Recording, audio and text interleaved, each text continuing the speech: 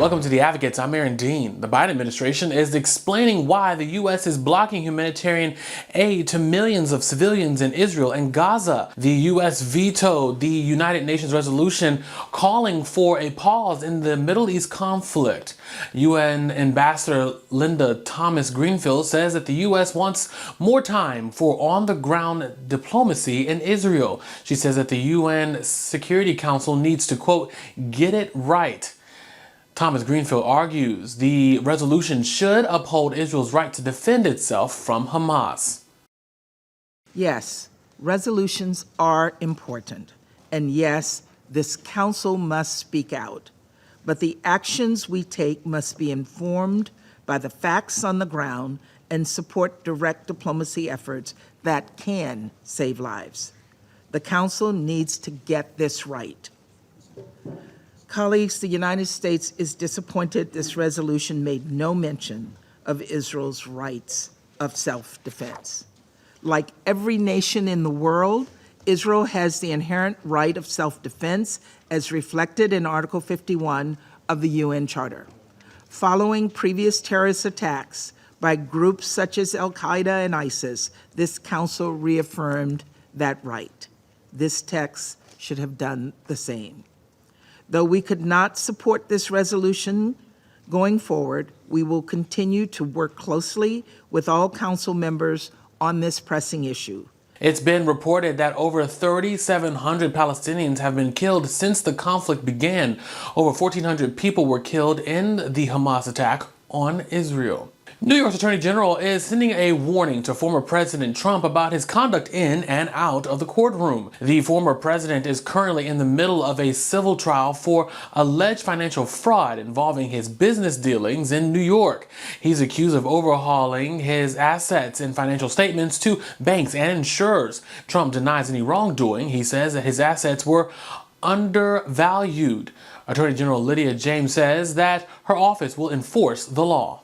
He's called me venomous, he's called me disgraceful, he's called me radical, he's called me a racist, and this is only week 3.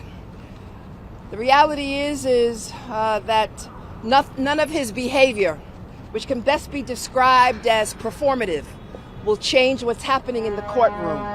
The courtroom, as you know, where we have submitted evidence, and the evidence is clear. And that is, he inflated his statements of financial interests to enrich himself and his family. And nothing will change that. Not the attacks on me or anyone. At the end of the day, we are here to seek justice, and we will seek justice. And so I look forward to seeing Mr. Trump again. I understand that he will be returning next week for Michael Cohen. But we are here to enforce the law, and nothing will change that. No attacks, no words. I will not give in. I will not give up. I will only serve justice and enforce the law. Thank you. Trump is also being called out for doxing James's home address on his Truth Social media platform. A new gag order in his election conspiracy trial is preventing him from making any inflammatory statements about the court's staff. The world is in need of advocates, and The Advocate is honoring their 2023 Advocate of the Year, Jamie Lee Curtis. She has been a Hollywood staple for years. Some call her the Scream Queen, breaking out with her first horror film, Halloween, in 1978. Her career has taken new life recently. She won Best Supporting Actress for her role in Everything All at Once, but that's not what she's most proud of. Curtis's trans daughter Ruby opened up about her identity in 2021, giving her advocacy all new meaning. The Advocate's John Casey joined me to talk about his conversation with Curtis and her daughter. Hi, John. Welcome back. How are you?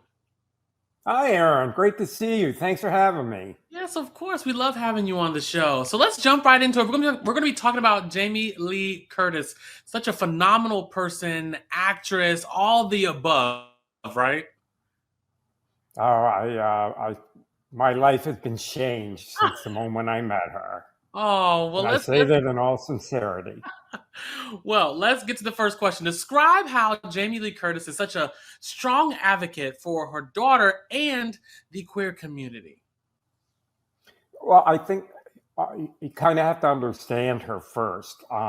She comes from a place of love, and she made a decision in her life to either She says it goes two ways. You can either exclude, which means you hate, or include, which means you love. And so she has made her life all about inclusion. And so and she's fiercely loyal.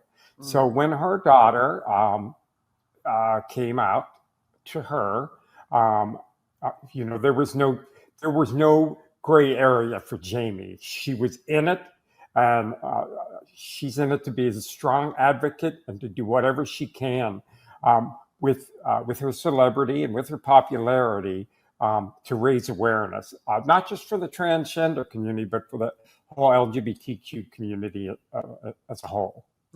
Well, you spoke to her daughter, and did she say anything specific about her mother's support? Yeah, so Ruby was terrific. First of all, her mother is fiercely loving and fiercely loyal. So, and Ruby realizes that. And so Ruby told me a funny story about how she came up, because I asked her, how did you tell your parents? And Ruby's current wife was on her back to get her to tell her parents. So they went over there on a weekend and went over to the house and spent the time with them. And she just couldn't get up the nerve to tell her mom. Mm-hmm. So on the way home, Ruby's wife was giving her a hard time for chickening out. So Ruby texted Jamie and told her that she was trans. And so Jamie wrote back and said, how much thought did you put into this? And, Ruby responded, it's been something that, been in her life for a long time. And then Jamie wrote back and said, well, it's okay for men to wear women's clothes if that's what you want to do. So, but Jamie has made it a point to read as much as she possibly can, to watch as much as she possibly can. Her mind is like a sponge. She admits not being an expert, and a doctor or a scientist, but she's doing all she can to understand her daughter, and it really is to be commended. Yeah, and you named your article "A Mother's Nature." Can you describe for our audience why you picked that title? Oh well. Jamie told me that a lot her friends and family call her mommy, and that's really apparent. I think when Jamie brings you into her fold, she wants to nurture you and wants to give you good advice, and it wants only the best things for you. So I think it was only natural that this was called A Mother's Nature, because that's Jamie's nature. She is a mother.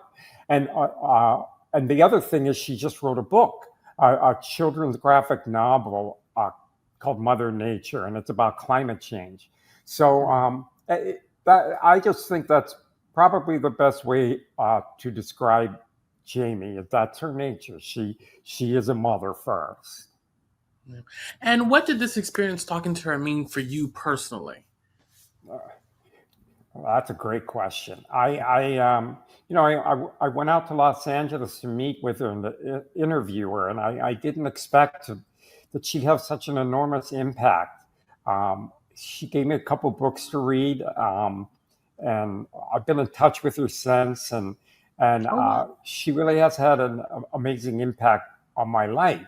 And I'm not just saying that; it's true.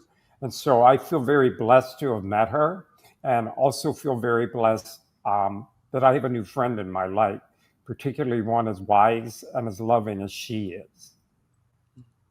Well, John, thank you so much for taking the time to talk to us today about your new article. We'll be sure to check it out. I'm really excited about it. And thanks again for coming and joining us. Thanks, Aaron. I hope you have a good day. Thanks so much for watching The Advocates. Download the app in the Apple or Google Play Store to stream us live, and you can even subscribe to our YouTube channel. For The Advocates, I'm Aaron Dean.